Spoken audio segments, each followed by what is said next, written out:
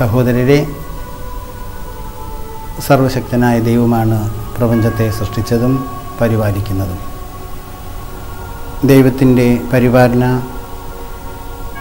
അവിടുത്തെ പുത്രനായ യേശുക്രിസ്തുവിലൂടെ മനുഷ്യകുലത്തിന് പൂർണ്ണമായി വെളിപ്പെടുത്തപ്പെട്ടു, എല്ലാവർക്കും അനുഭവവേദ്യമായി. ദൈവത്തിൻ്റെ പരിപാലന നമുക്കെല്ലാവർക്കും ഇന്നും ലഭിച്ചുകൊണ്ടിരിക്കുന്നു. ഈ പരിപാലനയുടെ പ്രഘോഷണമായിട്ടാണ് പാലകൻ കട്ടക്കോട് ഫൊറോന നടത്തിക്കൊണ്ടു പോകുന്നത്. പാലകന് എല്ലാ ദൈവാനുഗ്രഹവും ഞാൻ നേരുന്നു, എല്ലാ വിജയങ്ങളും ഞാൻ ആശംസിക്കുന്നു. ദൈവത്തിൽ ആശ്രയിക്കുകയും ദൈവപരിപാലനയിൽ ഉറച്ചു വിശ്വസിച്ചുകൊണ്ട് മുന്നോട്ട് പോവുകയും ചെയ്യുന്നവർ ദൈവപരിപാലനയുടെ മഹത്വം കാണും എന്നതാണ് ക്രിസ്തീയ വിശ്വാസത്തിൽ പഠിപ്പിക്കപ്പെടുന്നത്. നമുക്കുള്ള വിശ്വാസം അങ്ങനെ എന്നും വളർത്തുവാൻ സാധിക്കും. പാലകൻ എന്ന പ്രസ്ഥാനത്തിലൂടെ, വാർത്താപത്രികയിലൂടെ കട്ടക്കോട് ഫൊറോനയിലും നെയ്യാറ്റിൻകര രൂപതയിലും ഉള്ള എല്ലാവർക്കും ഇടവകളെക്കുറിച്ചും സഭയുടെ പഠനങ്ങളെക്കുറിച്ചും വിശുദ്ധരെക്കുറിച്ചും ക്രിസ്തീയ ജീവിതത്തെക്കുറിച്ചും വളരെയധികം കാര്യങ്ങൾ പഠിക്കുവാൻ സാധിക്കും. അതിൻ്റെ പ്രവർത്തകർക്ക് ഞാൻ ദൈവാനുഗ്രഹം നേരുന്നു. നാം ഏവരും ദൈവമക്കളായി, ദൈവത്തിൽ ആശ്രയിക്കുന്നവരായി, അവിടുത്തെ പരിപാലനയിൽ പൂർണ്ണമായി പ്രത്യാശിക്കുന്നവരായി മുന്നോട്ട് പോകണം എന്നത് നമ്മുടെ ജീവിത വിജയത്തിന് ഒരടിസ്ഥാന ആവശ്യമാണ്. ദൈവം നമ്മെ പരിപാലിക്കുന്നതുകൊണ്ട് നമുക്ക് സമാധാനവും സന്തോഷവും അനുഭവിക്കാം. ദൈവം നമ്മെ പരിപാലിക്കുന്നതുകൊണ്ട് എല്ലാം നന്മയ്ക്കായി ചെയ്യുവാൻ നമുക്ക് സാധിക്കും.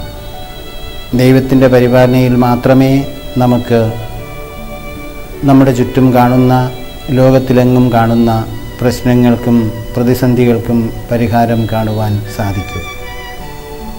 യേശുക്രിസ്തുവാണ് എല്ലാ പ്രശ്നങ്ങൾക്കും ഉത്തരം.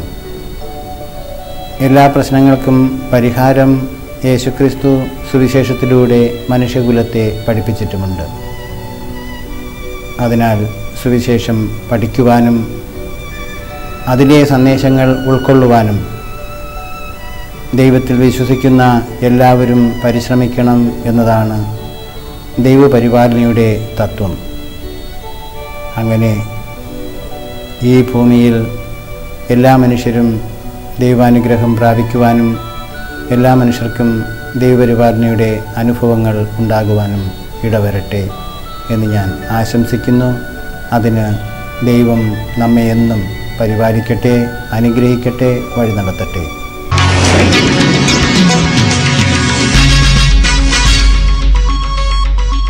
പ്രിയ പ്രേക്ഷകരെ, പാലകൻ ന്യൂസ് എന്ന പേരിൽ ഒരു പ്രോഗ്രാം അവതരിപ്പിക്കുവാൻ ആരംഭിക്കുകയാണ്.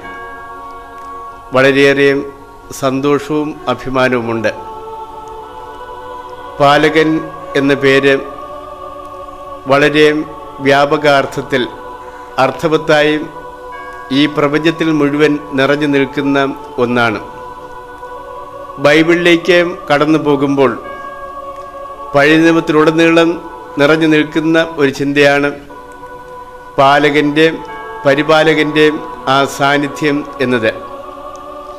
ഇസ്രായേൽ ജനത തങ്ങളുടെ ജീവിതത്തിൽ ദൈവത്തിൻ്റെ സാന്നിധ്യം അനുദിനം അനുഭവിച്ചറിഞ്ഞിരുന്നു. അവർക്ക് ദൈവത്തെ കൂടാതെ ചിന്തിക്കുവാനായിട്ട് ഒരിക്കലും സാധിക്കുമായിരുന്നില്ല. ദൈവം അവരുടെ പാലകനായും അവരുടെ സംരക്ഷകനായും അവരുടെ സർവസ്വവുമായും അവരുടെ ജീവിതത്തിലും പ്രവർത്തന മണ്ഡലങ്ങളിലുമെല്ലാം അവർ ദർശിച്ചിരുന്നു. പുതിയ നിയമത്തിലേക്ക് കടന്നു വരുമ്പോഴും ദൈവം ലോകത്തിലുള്ള എല്ലാ മനുഷ്യരുടെയും പാലകനായും സംരക്ഷകനായും യേശുവിനെ നമ്മുടെ അടുക്കിലേക്ക് അയക്കുകയാണ്. സ്നേഹദൂതുമായും കടന്നു വന്ന അദ്ദേഹം എല്ലാറ്റിനുപരിയായും ദൈവത്തെ സ്നേഹിക്കുവാനും അതോടൊപ്പം അതുപോലെ തന്നെ അയൽക്കാരനെ സ്നേഹിച്ചുകൊണ്ട് ധന്യമായ ഒരു ജീവിതം നയിക്കുവാനായിട്ട് എല്ലാവരെയും ക്ഷണിക്കുന്നതായിട്ട് നമ്മൾ കാണുകയാണ്.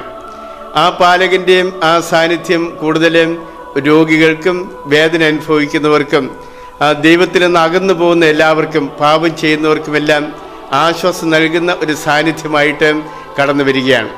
അതോടൊപ്പം പ്രതികൂല സാഹചര്യങ്ങളിൽ ജീവിക്കുന്ന എല്ലാ മനുഷ്യരെയും നന്മയിലേക്ക് നയിക്കുന്ന ഒരു സാന്നിധ്യമായും നീതിബോധത്തിൽ ജീവിക്കുവാൻ നമ്മെ സഹായിക്കുന്ന നീതിയുടെ ഒരു ശബ്ദമായും ഈ പാലകൻ നമ്മുടെ മധ്യേ തീർച്ചയായിട്ടും ഉണ്ട്. ഈ പാലകൻ്റെ ശബ്ദം കേൾക്കുന്ന എല്ലാവർക്കും എല്ലാ അനുഗ്രഹങ്ങളും ആശംസിക്കുകയാണ്.